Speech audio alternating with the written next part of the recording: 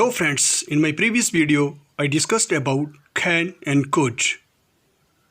In this lesson we are going to talk about may and might, where we use may and where we use might. So first we are going to talk about may. May is used for permission in a formal way. May I come in? May I leave? May I ask you a question? तो जब भी आप formal way में बात करोगे,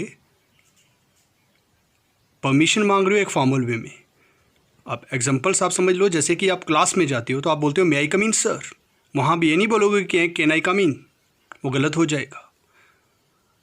अगर आप कहीं फ्रेंड्स के बीच में हो, वहाँ पे कोई परमिशन मांग रहे हो तो वहाँ पे आप कैन यूज़ करोगे।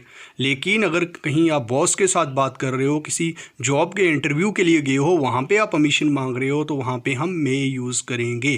तो फॉर्मल वे के लिए हम मे यूज़ करते हैं। May I come in, may I leave, may I ask you a question. तो जब भी फॉर्मल वे की बात होगी परमिशन के लिए तो मे यूज़ करेंगे। सेकेंड, पॉसिबिलिटीज़ के लिए, तो पॉसिबिलिटीज़ के लिए हम मे भी यूज़ करते हैं और माइट भी यूज़ करते हैं। तो हम देखते हैं कि मे कहाँ यूज़ होगा और माइट कब यूज़ होगा। जब किसी काम के पॉसिबिलिटी जो होने की ज़्यादा होगी, ठीक है। लेस पॉसिबिलिटी और रिमोट पॉसिबिलिटी के लिए हम माइट यूज़ करेंगे। When possibility is less we use might. But अगर पॉसिबिलिटी जो है किसी काम के होने की ज़्यादा है तो हम मे यूज़ करेंगे। बारिश का मौसम है, लगता है कि बारिश बस होने वाली है, चांसेस पूरे 99% चांसेस हैं कि बारिश होगी, तो हम मे यूज़ करेंगे। It may rain today.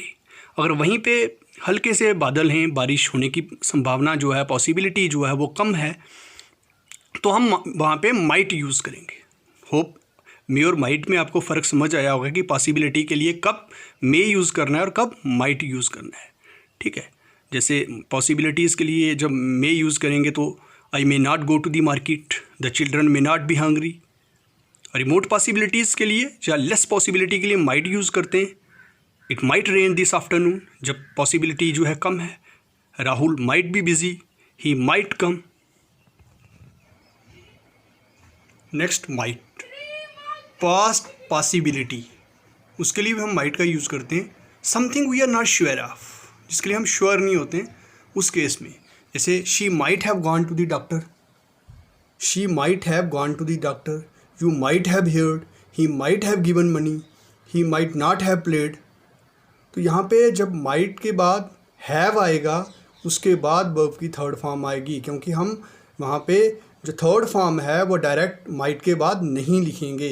हमने बोला था कि मॉडल के बाद कभी भी जो है वो पास्ट पार्टिसिपल या थर्ड फॉर्म नहीं लगेगी, तो उसकी जो बेस फॉर्म है हम वही लगाते हैं। तो यहाँ पे भी उस केस में जब कोई पास्ट की पॉसिबिलिटी जो है जिसके बारे में हम श्योर नहीं होते हैं, शायद जिसके बारे में हम शायद लगाते हैं पीछे, मे और माइट होता ही शायद, कि शायद हम ऐसा कर सकते हैं, जब शायद ऐसा हो चुका हो, तो उस केस में हम माइट लगाते हैं। मे और माइट शायद के लिए लगाते हैं। यहाँ पे हम पॉसिबिलिटी जो है, जब संभावना हो किसी चीज़ के होने की लेकिन श्योर ना हो, तो जिसके लिए हम श्योर नहीं होते तो उसके लिए माइट लगाते हैं। जैसे she might have gone to the doctor, तो लेकिन श्योरिटी नहीं है, तो यहाँ पे subject might have, third form और ऑब्जेक्ट, ये सारा एक जो सेंटेंस स्ट्रक्चर उसका बनेगा इस तरह से बनेगा। अगर नेगेटिव में आएगा तो फिर हम उसमें नॉट ऐड कर देंगे।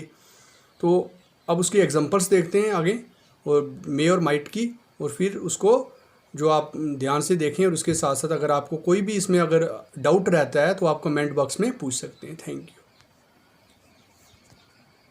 Look at these examples. May and might, शायद सकता है, शायद सकती है, यानी पॉसिबिलिटी के केस में हम इस तरह से लिख सकते हैं। मैं शायद क्रिकेट खेल सकता हूँ, आई मे प्ले क्रिकेट। मैं शायद नहीं खेल सकता हूँ, I may not play. Second, might के लिए शायद सकता हूँ, सकता है, ये उन केसेस के लिए जब पॉसिबिलिटी की बात होगी। तो वो तो हमने पहले बताया कि जब कम पॉसिबिलिटी होगी तो क्या लगाएंगे, ज़्यादा पॉसिबिलिटी होगी तो क्या लगाएंगे। लेकिन आपको अगर हिंदी में भी कहीं मिलता है तो सेंटेंस स्ट्रक्चर क्या लिखोगे और किस तरह से क्लियरली आप चीज़ों को, मे और माइट को आइडेंटिफाई कर पाओगे, उस केस के लिए मैंने ये हिंदी में लिख दिया है। जिनको आती है तो वो अच्छी तरह इसको देख सकते हैं। शायद मैं आ सकता हूँ, आई माइट कम। शायद राम आ सकता है, राम माइट कम। अब सेकंड जो है subject might have, third form object.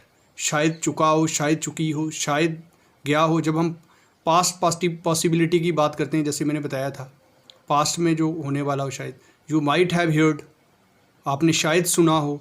तो जहाँ पे पास्ट पॉसिबिलिटी की बात हो गई तो वहाँ पे हम माइट लगाते हैं ज़्यादातर। माइट के साथ हैव लगता है और फिर थर्ड फॉर्म लगती है। और शायद सकता है, सकती है, ये में भी लगता है और माइट में भी लगता है।